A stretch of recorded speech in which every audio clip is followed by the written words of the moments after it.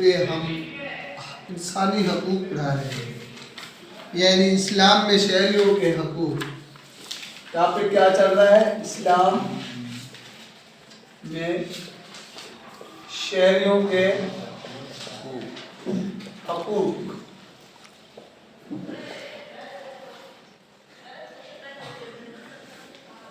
تو اتنے قسم کے حقوق ہیں، اس دن ہم نے پڑھے تھے مذہبی حقوق کہ مذہب کے کیا حقوق ہیں، معاشی حقوق اور سیاسی حقوق۔ آج ہم شروع کریں گے کیا جی؟ سیاسی حقوق، تیسرے نمبر پر رہیں گے۔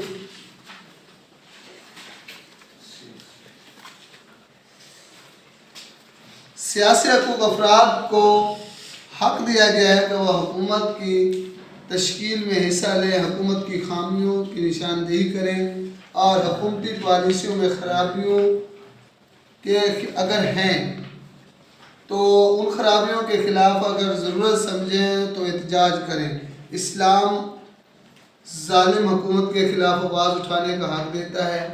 خلیفہ اول حضرت ابوبکر صدیق رضی اللہ تعالیٰ عنہ نے حلف اٹھانے کے بعد فرمایا، اگر میں حق پر فیصلہ کروں تو میرا ساتھ دینا اور اگر حق پر نہ چلوں تو مجھے ہٹا دینا۔ اسلام میں جمہوریت کو رائج کیا گیا۔ خلیفہ کو منتخب کرنا ایک اسلامی کیا ہے جی؟ اصول ہے۔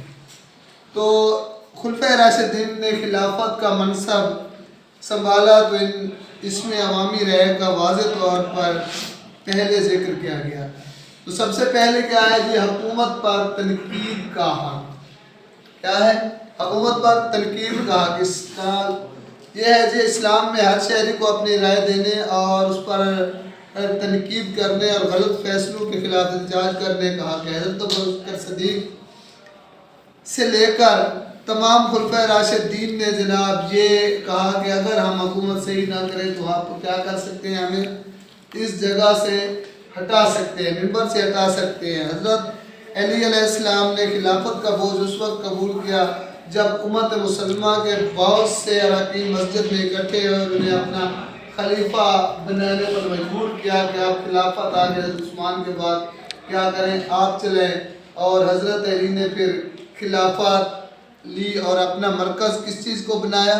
پہلے بھی میں آپ کو بتا چکا ہوں، کوفے کو اپنا مرکز بنایا کیونکہ وہاں پر تبلیغ اور ضرورت زیادہ تھی، تو لہٰذا اس نے کیا؟ کوفے کو اپنا مرکز بنایا۔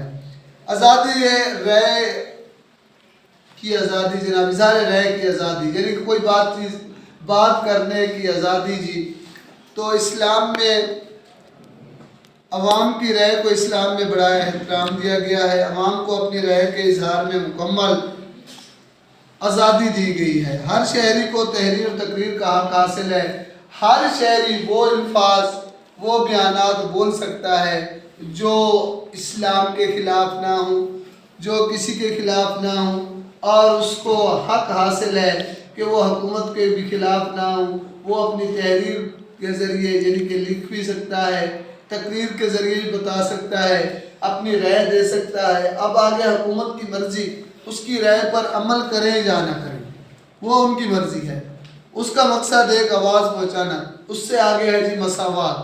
اسلام بلا امتیاز تمام افراد سے یکساں سلوک کی ہدایت کرتا ہے۔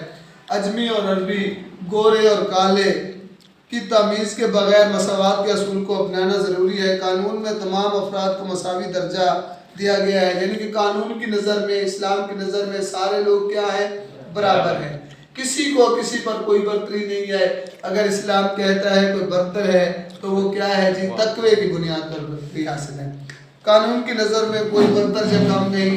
رنگ، نسل اور ذات کے فرق اسلامی ریاست میں تسلیم نہیں کیا گیا۔ مجرموں کے ساتھ ایک ایسا سلوک کیا جانا لازم ہے۔ اسلامی ریاست مجرم کی کیا ہے جی؟ حیثیت نہیں دیکھتی بلکہ اس کا جرم دیکھتی ہے۔ اس کے سامنے سارے لوگ برابر ہیں۔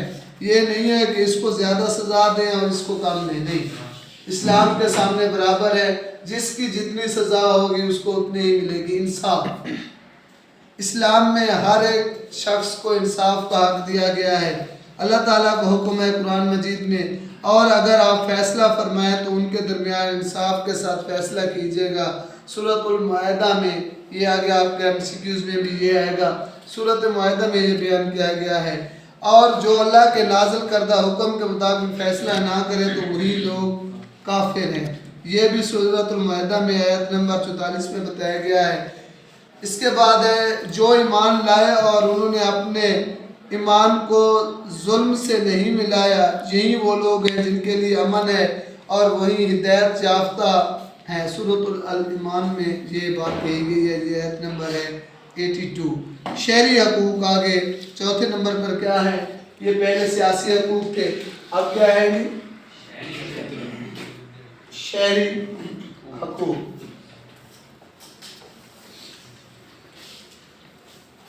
شہری حقوق میں سب سے پہلے بیٹا آپ کا حق زندگی ہے کہ آپ کو زندگی گزارنے کا مکمل حق حاصل ہے، کوئی آپ سے آپ کی زندگی نہیں چھین سکتا۔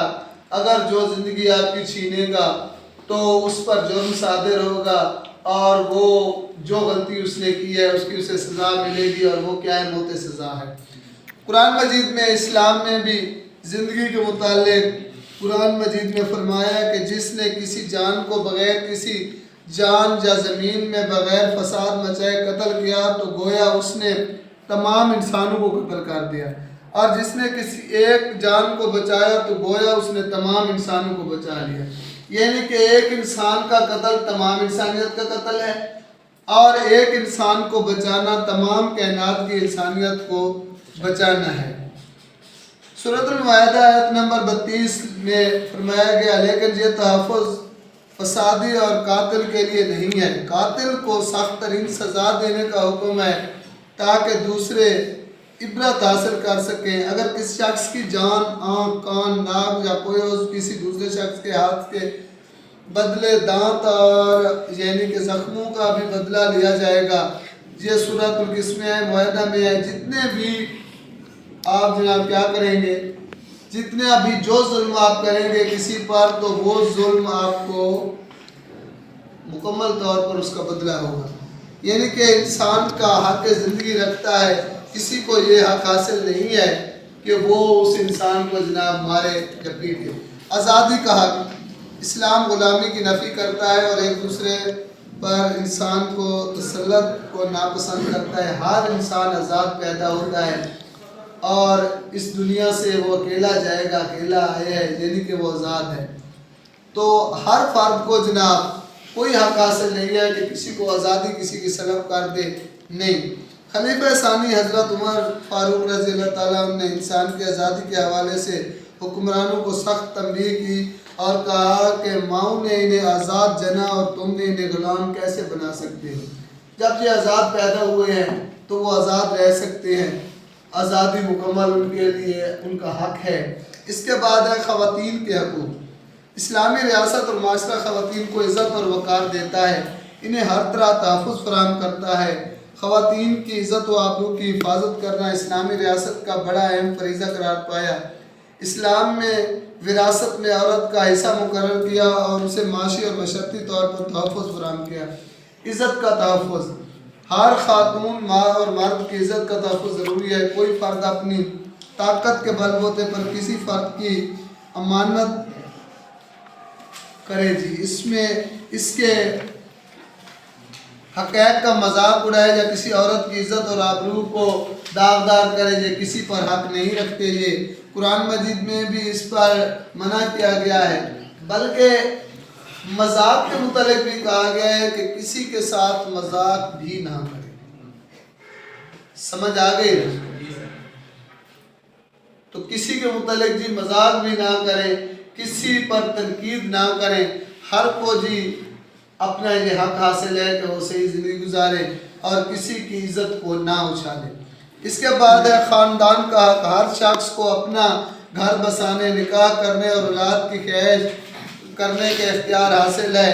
نکاح سنت حضرت محمد صلی اللہ علیہ وسلم ہے۔ قرآن پاک اور حدیث میں خاوند اور بیوی کے باہمی حقوق کا ذکر موجود ہے۔ نکاح، طلاق، خلا اور آبائی وراثت کے بارے میں قوانین بنا کر خاندان کے ادارے کو مضبوط اور بنیادی بنایا گیا ہے۔ ماں باپ کا احترام اور بچوں سے شفقت کی تلقین کی گئی ہے۔ ماں جیسی بھی ہو، اولاد کو اس کے پاؤں تلے جنت تلاش کرنے کو کہا گیا ہے۔ تو یہ بیٹا کچھ اسلام میں شہریوں کے حقوق تھے جو اسلام میں بتائے، کل کچھ پڑھے تھے اور آج کچھ پڑھے، انشاءاللہ کل نیکسٹ پڑھیں گے۔ اللہ حافظ۔